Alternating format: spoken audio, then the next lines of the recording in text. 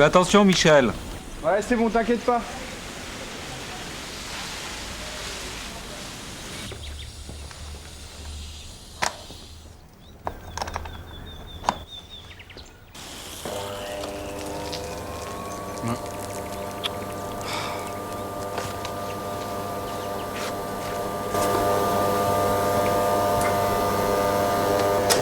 Michel, alors? Ouais, attends maman, je te branche ailleurs. C'est bon? Merci.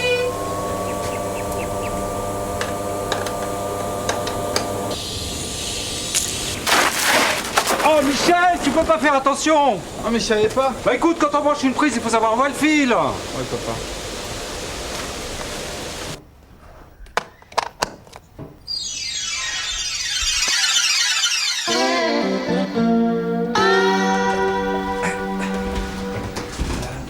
Alors... Oh bah c'est rien ça, bon. T'en fais pas, dans 2 minutes tu pourras faire ta vaisselle. Pas la peine d'appeler le dépanneur. Oui, mais fais attention, Patrick. Oh ça va, y a juste un fil à revisser.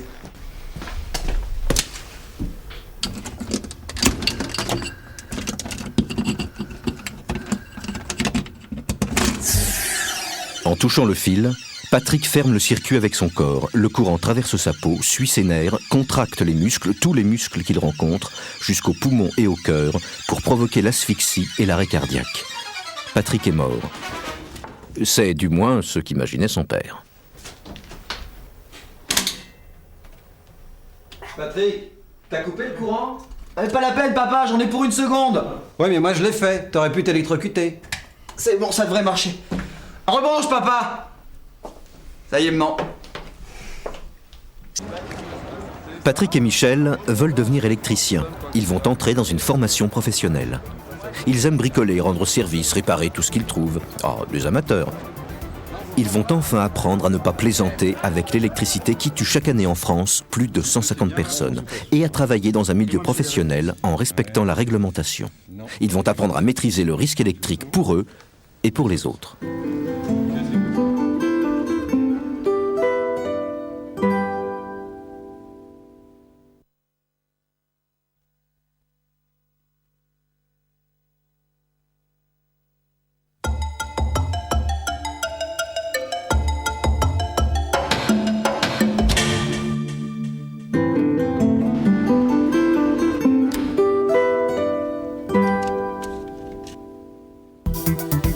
Chez eux, Michel et Patrick aiment bien bricoler, mais ils le font sans prendre de précautions. Oh, Michel, tu peux pas faire attention. Ils désirent devenir électriciens et vont apprendre à tenir compte des textes réglementaires qui ont pour but de prévenir les accidents liés à cette énergie invisible qu'est l'électricité. Quelques mois plus tard, ils ont commencé à acquérir les premières notions qui les rapprocheront du monde professionnel. Non, là il y a quelque chose qui va pas. Tu vois? Oui, ça va.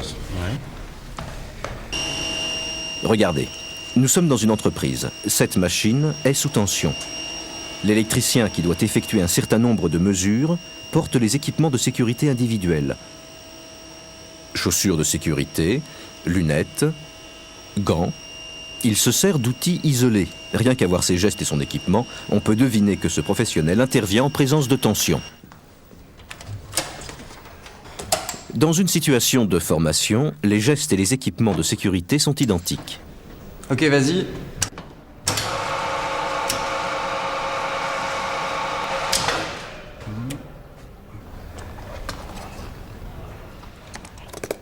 Oh, je suis pas encore un professionnel.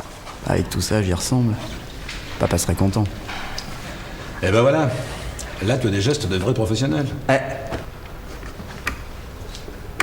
Oui, mais toi, c'est pas encore ça, hein? Non, mais c'est normal. C'est parce que ton montage est purement didactique encore, hein? Allez. Alors là, j'arroserai papa. Là, je l'arroserai pas. Je l'arrose. Je l'arrose pas. Alors, l'énergie est coupée. Ce qui est autorisé hors tension est très différent, bien entendu, de ce qui est autorisé sous tension. Voilà, regardez. Quand une installation est hors tension, on peut accéder aux parties actives sans protection individuelle.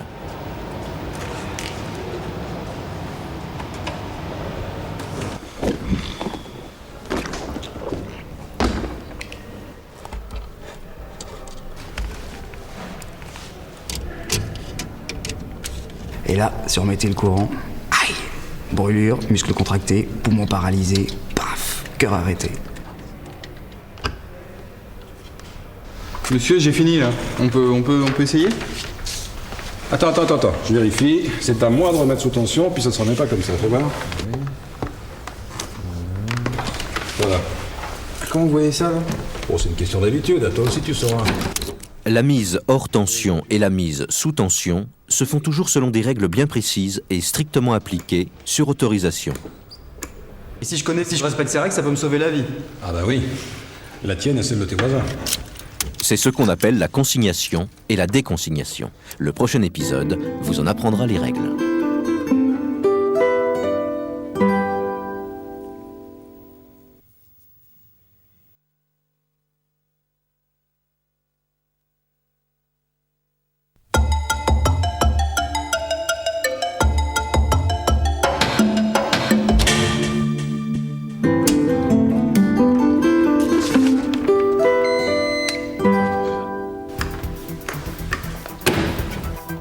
Si on travaille sur une partie active, il faut bien entendu qu'elle soit hors tension. Et il faut être sûr que personne ne puisse la remettre sous tension pendant les travaux. Sinon, c'est l'accident. Pour cela, des règles et des prescriptions de sécurité très strictes ont été établies, en particulier les procédures de consignation et de déconsignation. Alors une consignation, c'est quoi? Bah c'est simple, une consignation, c'est quand on coupe le courant au sectionneur. Au sectionneur. Ah ouais, mais on est sûr de rien. Quoi, je sais pas, quelqu'un peut venir, il voit pas qu'on travaille sur la machine qui est hors tension, surtout si elle est éloignée du dispositif de coupure. Et puis rien n'empêche de remettre le courant, quoi. Là, ça craint un peu. Ah ben, y a qu'à verrouiller tout ça. Comment? Ouais, avec un cadenas ou quelque chose. Avec un cadenas. Tiens, ça tombe bien.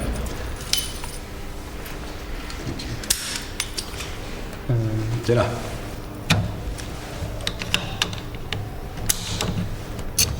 Bah ouais, mais si quelqu'un a la clé, il peut se croire autorisé à enlever le cadenas. Ah. Bah alors y a qu'à l'avertir que la machine est consignée et puis que quelqu'un travaille dessus.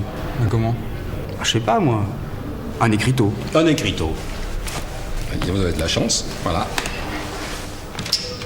Cette fois, la remise sous tension devient très difficile. Il y a 2 interdictions à braver. Administrative, le panneau, et physique, le cadenas. Mais nous ne sommes pas encore en sécurité. Pourquoi? Bah ouais, pourquoi? Vous êtes bien sûr d'avoir coupé le courant? Bah ouais, regardez là, c'est coupé. Et si vous n'aviez pas coupé le bon circuit? Bah, Oui, ici c'est simple parce que vous êtes dans une situation pédagogique, mais dans une entreprise c'est plus complexe, hein. Regardez. En effet, si on ne peut pas suivre visuellement le circuit qui devrait être coupé, tous les risques sont encore possibles. La consignation n'est pas encore complète. Il vous faut donc un plan du circuit électrique, voilà. ouais, et identifier le circuit. Oui, Et après, ce serait peut-être bien de vérifier qu'on a identifié le bon circuit. exactement. C'est ce qu'on appelle la VAT, la vérification d'absence de tension. Avec ceci. Si. Ok. Ah mais attendez, passez vite, hein. Il faut d'abord vérifier le vérificateur. Ouais, pas si bête, hein. Ah oui. Bon, on appuie sur le bouton là.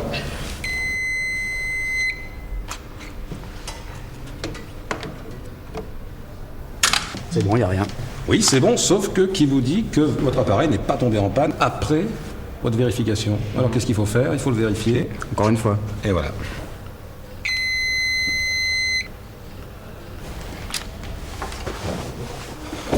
Au travail. La consignation est cette fois réalisée.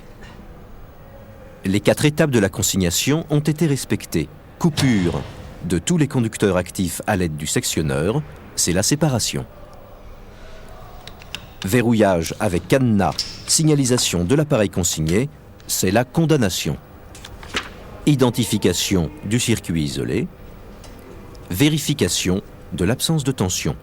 Enfin, dans certains cas et selon le niveau de tension, il existe une 5e étape, la mise à la terre et la mise en court-circuit. Maintenant à vous. Vous allez me consigner cette installation. Alors, toi Patrick, tu seras le technicien qui va intervenir dessus. Et c'est toi, Michel, qui va consigner l'installation. Voilà. Ça, c'est la clé de l'armoire. Alors, on coupe le circuit et on y va.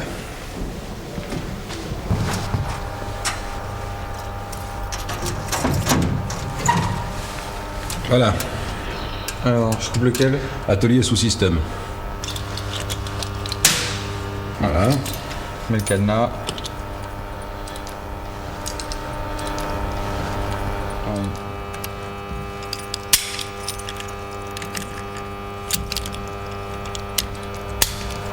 Ensuite, La pancarte. la pancarte. Comment je peux mettre ça? Et voilà. Voilà. Et après?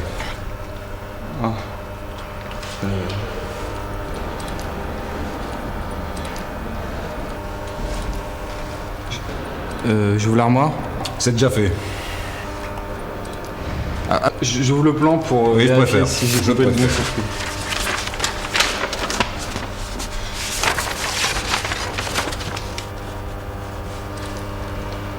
Ouais, mais là on voit plus où ça va. Alors, qu'est-ce qu'on fait? Alors, on fait la VAT pour vérifier. Exactement. Et au plus près du lieu d'intervention. D'accord? Ok. Bien. Un peu mieux. On le range un peu mieux. Merci. On y va.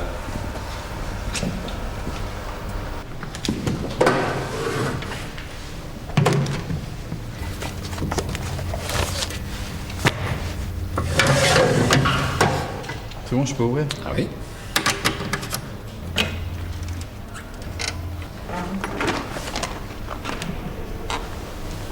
Merci Patrick. Oui, pourquoi les gants alors? Ici encore du courant. Si tu as mal fait la consignation. Ah mais c'est bien fait. On va voir.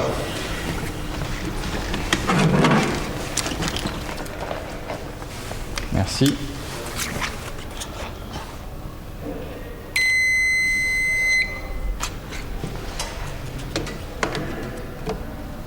C'est bon. Il n'y a plus de jus. On peut y aller? Ouais. On reteste pas l'appareil. Ah si. Un petit peu, hein? Ça y est, c'est bon, je peux travailler. Tu peux y aller. L'installation est consignée, avec la procédure malgré tout parfaitement respectée, mais pas sans avoir rempli l'attestation de consignation que voici. D'accord? Voilà. Si on a bien respecté les procédures et rempli la fiche indispensable de consignation, une telle opération se déroule sans risque dans l'industrie. Le rôle de chacun doit être clair, ce qui justifie une habilitation très strictement contrôlée. Il y a des niveaux d'habilitation différents selon le type d'opération. C'est ce que nous allons découvrir dans le prochain épisode.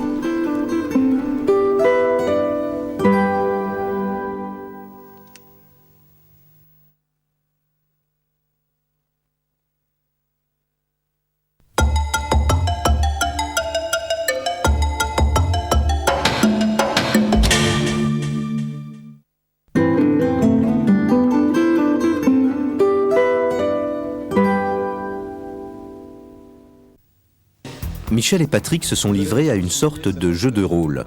L'un jouait l'intervenant, l'autre le responsable de la consignation.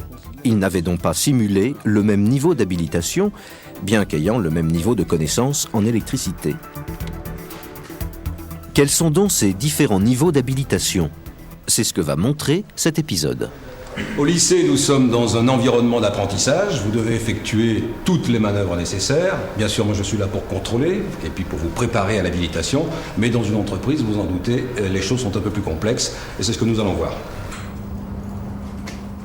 Ce maçon n'effectue aucune opération électrique. Il pose des dalles en béton dans un local électrique. Pourtant, comme il travaille dans un espace réservé aux électriciens, il est habilité B0. Ah ouais, mais si c'est un ingénieur qui rentre dans le local? Bah c'est pareil. Il est B0 comme le maçon. Bien sûr, le niveau d'habilitation ne dépend pas du tout du niveau hiérarchique, ni même des études. Il dépend simplement de la connaissance des risques électriques, et puis bien sûr du rôle attribué à l'intérieur de l'entreprise. Voici un électricien. Il vient installer une prise de courant dans un local électrique. Cet électricien a été habilité à travailler sur des parties actives mises hors tension. Il est habilité B1. Mais l'installation, là, elle a bien dû être consignée. On l'a pas vu faire. Bah, c'est peut-être un autre qui l'a fait. Bah oui, mais qui? Monsieur, on comprend pas bien, là. Bien. Un technicien habilité B1 peut travailler sur une installation. Mais il ne peut pas prendre la responsabilité de consigner cette installation, ni même d'ailleurs de faire la demande de cette consignation. C'est un chargé de travaux habilité B2 qui doit faire la demande de cette consignation, et c'est un technicien spécialement chargé des consignations qui doit l'effectuer. Est-ce que tu pourrais me consigner le départ TD04 ? Ce technicien doit organiser le chantier. Il sait qu'il va falloir agir dans le local électrique. Il a donc prévu de consigner un circuit d'alimentation du local. Alors, je te remplis, Il demande la consignation de l'équipement au chef d'exploitation de l'entreprise. Entendu. Une demande écrite avec les dates, le nom des intervenants, la nature du travail et sa durée. C'est le chargé de travaux, il se rend sur les lieux, il est habilité B2.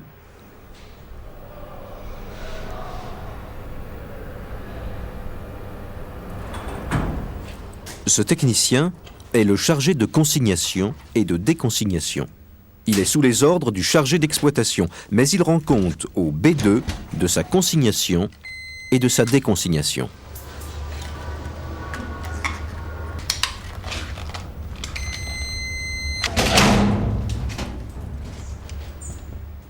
Il est habilité BC. Oh là là, c'est une galère pour couper rien qu'un sectionneur. Ah, mais vaut mieux faire ça qu'un enterrement. L'autre jour, en réparant le lave-vaisselle, je failli prendre le jus. J'avais rien coupé. Heureusement que mon père l'avait fait. Mais si l'intervention, c'est juste un petit travail qu'on peut faire tout seul, il faut quand même tout ce monde-là? Oui, c'est vrai qu'ici la procédure est complexe parce qu'on perturbe une armoire existante qui conditionne la production d'une partie de l'entreprise.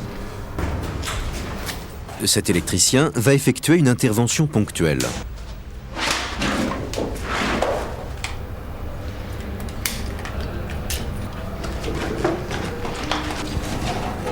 Monsieur, vous voyez, il gêne pas, lui. Cette intervention ne demande qu'un seul technicien.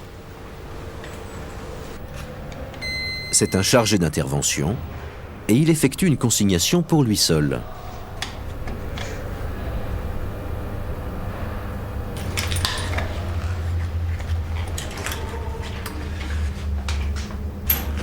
C'est un technicien habilité BR. Si c'est, moi, je sais pas, un peintre qui doit faire un petit raccord de rien du tout, il doit être habilité, lui aussi? C'est ce que nous allons voir. Si l'intervenant n'a aucune habilitation, ce peintre, par exemple, il doit être accompagné d'un surveillant électrique pour pouvoir entrer dans le local sous tension réservé aux électriciens qui peut comporter des parties actives accessibles. Mais, monsieur, pourquoi il l'arrête, là? Mais parce qu'il est trop près des parties actives. Il faudrait un peintre habilité. Et en plus, habilité V. V comme voisinage. Ben voilà, lui, il est B0. Bah ouais, puisqu'il est tout seul dans le local. Oui, mais attention, B0, V.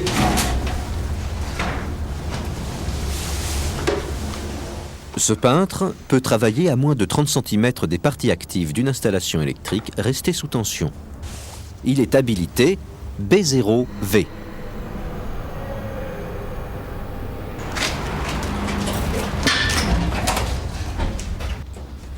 Et lui, là, c'est un électricien, il s'est posé des lignes. Donc lui, il est habilité B1. Ouais, et comme le courant passe toujours dans l'armoire, il est même B1V. Très bien. Fais attention, hein, sur les bornes, il y a le jus là. Donc tu descends le câble là. Et lui, il a l'électricien qui a l'air de tout organiser. Lui, il doit être habilité B2. B2, V. Ah ouais, il travaille à moins de 30 cm des parties actives.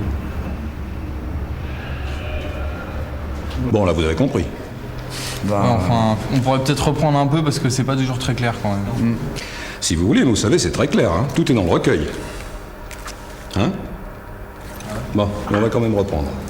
Les différents niveaux d'habilitation sont donc les niveaux B0, non électricien, B1, électricien exécutant, B2, chargé de travaux, BC, chargé de consignation, BR, chargé d'intervention.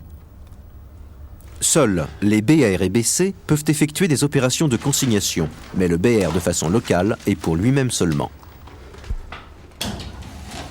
Si ces techniciens doivent travailler au voisinage d'installations sous tension, ils sont habilités V, voisinage, soit B0V, B1V, B2V. Si l'intervenant n'a aucune habilitation électrique, il doit être accompagné d'un surveillant. Eh monsieur, c'est vous qui allez nous donner ces habilitations? Ah non. Regardez. Je vous propose pour le poste que vous allez... C'est l'employeur ou son représentant qui délivre l'habilitation à son personnel. C'est la reconnaissance de la capacité d'une personne à accomplir en sécurité les tâches fixées. Vous signez votre habilitation? Merci, madame. Le travailleur s'engage à respecter les prescriptions de sécurité et à signaler les équipements défectueux. Il est donc normal que ce soit l'employeur qui est responsable devant la loi qui décide de l'habilitation. D'abord parce que chaque entreprise a ses propres spécificités techniques, bien sûr, et puis que chaque technicien a ses propres fonctions dans l'entreprise. Ah ouais, moi je serais B2. Et moi BC. Et je gagnerai plus que toi. Oui, bah calmez-vous, on n'en est encore pas là. Ça ne joue théoriquement pas sur le salaire. Il faudrait d'abord voir si vous savez réagir face à une situation, et puis si vous avez acquis dans votre milieu scolaire une petite expérience, un certain sens de responsabilité. Ce sera le propos du prochain épisode et ce sera à vous de jouer. On verra si vous êtes désormais capable de devenir de bons professionnels avec une expérience et une capacité d'analyse qui soit sûre.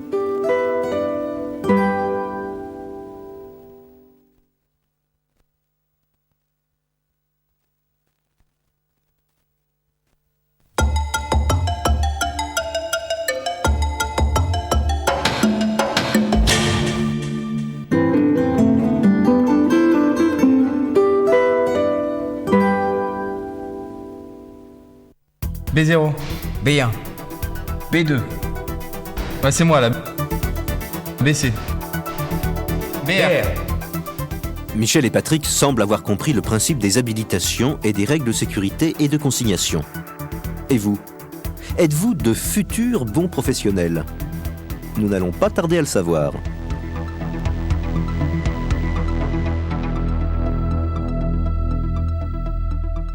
Bon, maintenant, vous allez jouer avec nous. On va peut-être faire des erreurs pendant les 4 exemples qui vont suivre. À vous de les trouver. Après chaque scène, vous arrêtez le défilement de la cassette, le temps de réfléchir et de donner vos réponses. Vous êtes prêts?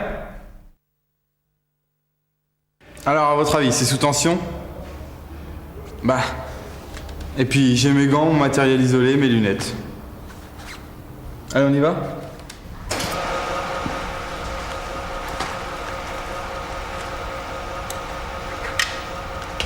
Et pourtant, Michel n'a pas respecté toutes les règles de protection individuelle. En quoi?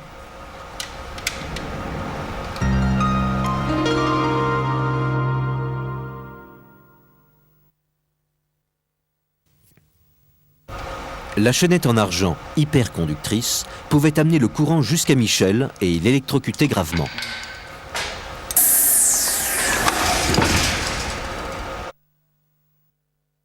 Bon, là, il nous faut un voltmètre. J'y vais.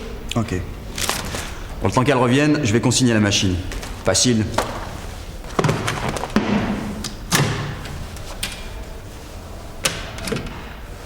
Et voilà le travail. Maintenant, on peut travailler sans danger sur la machine. Oh non! Patrick a oublié plusieurs éléments indispensables dans la procédure de consignation. Lesquels?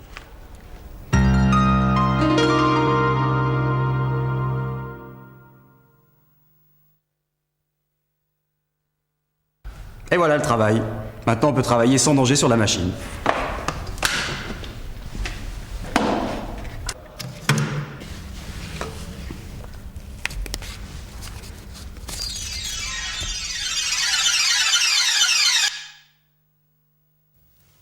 Patrick a oublié le cadenas qui empêche toute personne de remettre l'équipement sous tension.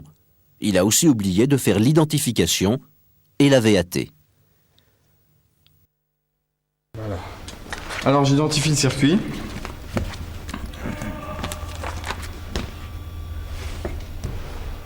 Ouais, c'est ça.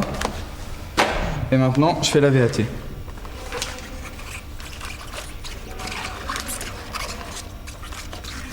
Je vais y arriver. Et voilà. Ça marche. C'est coupé normalement. Je revérifie et c'est bon. Alors moi j'ai rien oublié.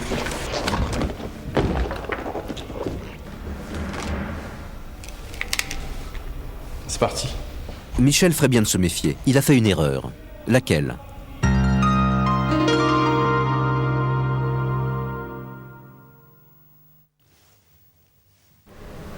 Michel a lu trop vite le dossier technique et n'a pas vu qu'il y avait un onduleur. Celui-ci n'est pas consigné et peut donc envoyer du courant dans le circuit sur lequel travaille Michel.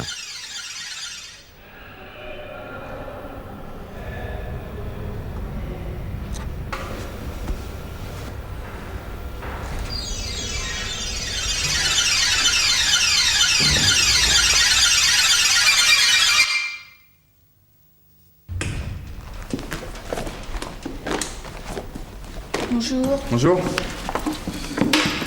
Alors, j'ai l'attestation de consignation. Voilà. Non, cette fois-ci, il est inutile de chercher une erreur. À tout à l'heure. En revanche, qui de Michel, Karine et Patrick est B1, B2 et BC? Alors.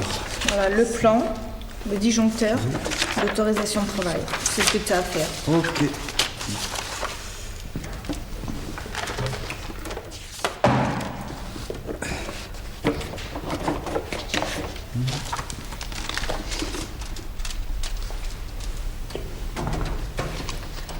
Alors, qui est B1, B2 et BC?